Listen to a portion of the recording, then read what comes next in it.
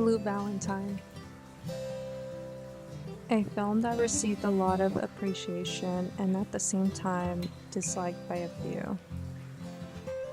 Depicting the complexity of a relationship between two people, jumping from a bleak present to a more vibrant and optimistic past.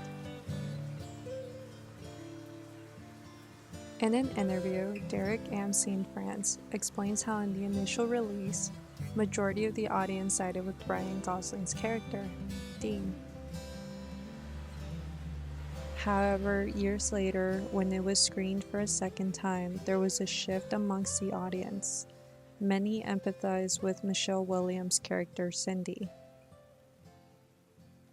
Yeah, that's not to say that people still see this movie and take different truths out of it, which is, as I changed, the movie changed, and I just appreciate a movie that has that capacity for interpretation. Well, more people probably sided with Dean's character at the end of the Sundance Cut, and now I feel like it's more 50-50 between Dean and Cindy. To me, that's a success for the film, because and then of course there's people like me and another like 50% of the people, 150%, that see both sides. Do you know what I mean? And can see the middle and see the tragedy of the situation. My reaction when I first watched this film landed closer to a more nihilistic view, breaking it down to simply love isn't real. Though watching it now, I think love is more complicated than our body's reactions. In the book The Eden Project, In Search of the Magical Other, author James Hollis explains the consequences of the idea of soulmates,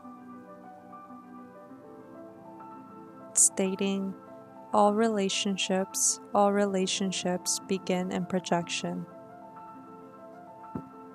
In particular, two great ideas or complexes animate the lives of us all. Both are false and we consciously know them to be so, but we find infinite ways to deny, dissimulate, rationalize. The first great false idea is the fantasy of immortality. The other great false idea that drives humankind is the fantasy of the magical other. The notion that there is one person out there who is right for us, will make our lives work, a soulmate who will repair the ravages of our personal history, one who will be there for us, who will read our minds, know what we want, and meet those deepest needs. A good parent who will protect us from suffering and, if lucky, spare us the perilous journey of individuation. A familiar pattern could be found in Blue Valentine. Dean, in his younger days, is a charming, confident, and talented character. He gets a job at a moving storage company, where, even though he has no experience, he manages to excel at his position, taking his time to make a space comfortable for an older person being put in a retirement home. A sweet gesture for a person in his final moments of life. I think this is why many gravitate to Dean, because everything he does is motivated by love. A powerful energy connecting us to others. Blue Valentine, on the other hand, shows us the negative side of this energy. All good things can become demonic when one-sided, unbalanced by their opposite. Cupid becomes cupidity, the excess of desire. Such has had been the fate of most classical gods, which is why Jung characterized neurosis as gods who have been wounded. From the first moment Dean saw Cindy, he tells his coworkers that it was love at first sight, that he can't stop thinking about her. His coworker thinks he just needs to get laid so he could think straight, but it doesn't stop Dean's fixation with Cindy, pushing boundaries to get her. Meanwhile, Cindy recently terminated her previous relationship. Her partner recklessly got her pregnant and showed no remorse for his actions, humiliating her in front of her grandmother for not returning his calls. A draining person who deep down is manipulative and aggressive. I think this is why she shows little to no interest in Dean's pursuit. But Dean is relentless. When he approaches her at the bus, it's obvious that she doesn't want to engage. It almost looks like she doesn't recognize him from their first encounter. During their conversation, we start sensing Dean's true character, starting by complimenting her beauty, but then using it against her, telling her she's probably crazy because of how beautiful she is, saying no one takes her seriously when she says a joke. They only laugh because she's beautiful. I mean, romantic, right? But it shows a lack of chemistry between them.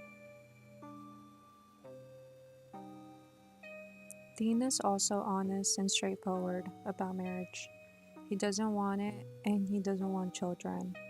I think this stems from his mother stepping out on the family when he was just a boy. His father is a very talented person that can play any instrument, but never took it further, settling down as a janitor. A possibility that this may have been the reason why his mother stepped out of the picture. She saw a talented person that could go far if he just tried, but ultimately made a sacrifice for the family, holding on until she couldn't, probably feeling trapped in a relationship full of regret and bitterness. Similar to his father, Dean wanted to stay and create his own family, be there for Cindy and Frankie, while ignoring his own shadow, taking on a role that he didn't really want in the first place. He talks about how men are more romantic. They marry one woman because they're resistant like that. Women, on the other hand, look for Prince Charming, but then settle for the guy that has his life together. Our first experience of ourselves is in relationships to these primal others, usually mother or father. That unconscious image is projected onto potential partners until someone comes along who can catch and hold it. What is repetitive, of course, is the psychodynamic of the relationship, not its outer appearance.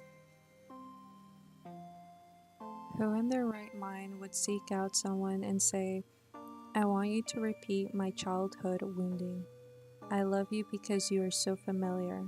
But we do this all the time.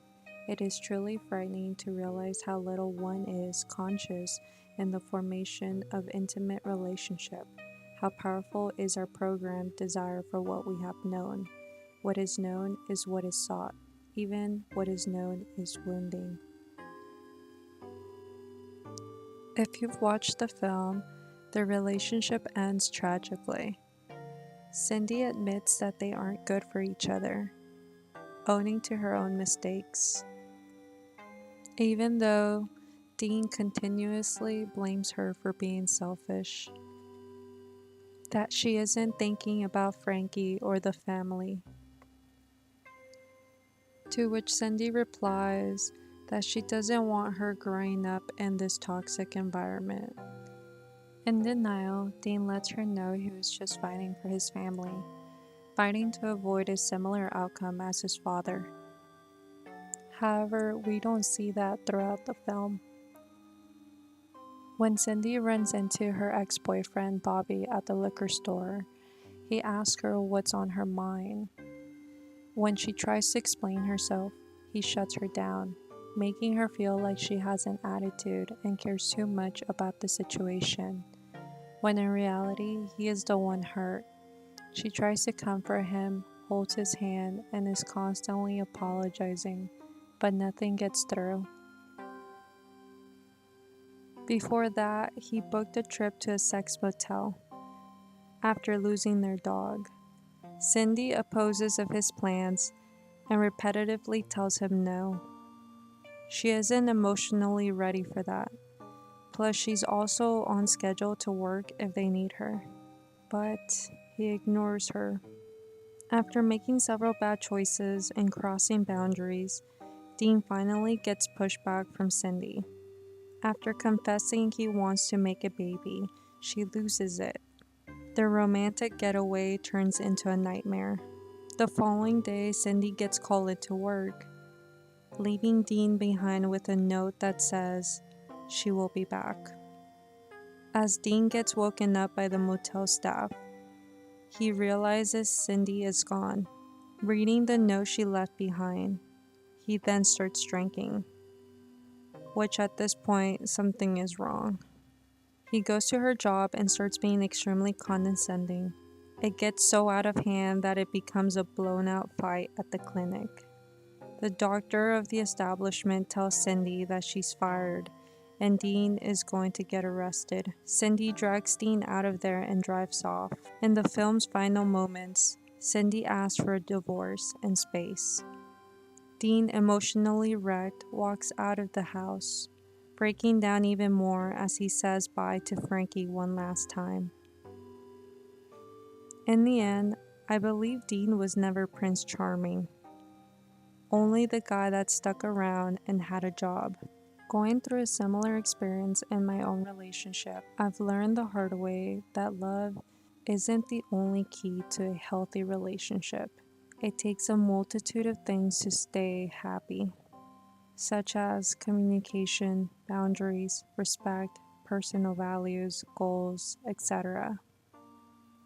Again, this video isn't choosing a side, but rather to show how a toxic behavioral pattern can be detrimental to a relationship.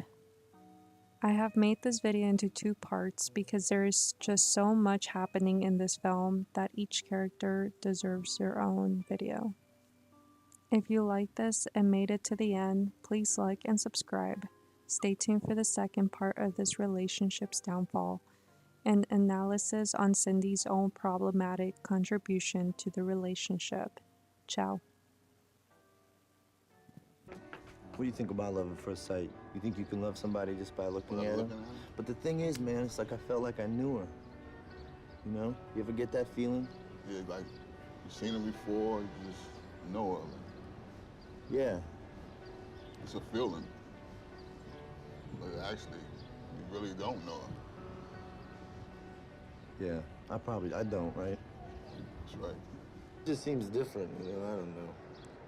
Like, how different? I don't know, I just got a feeling about it.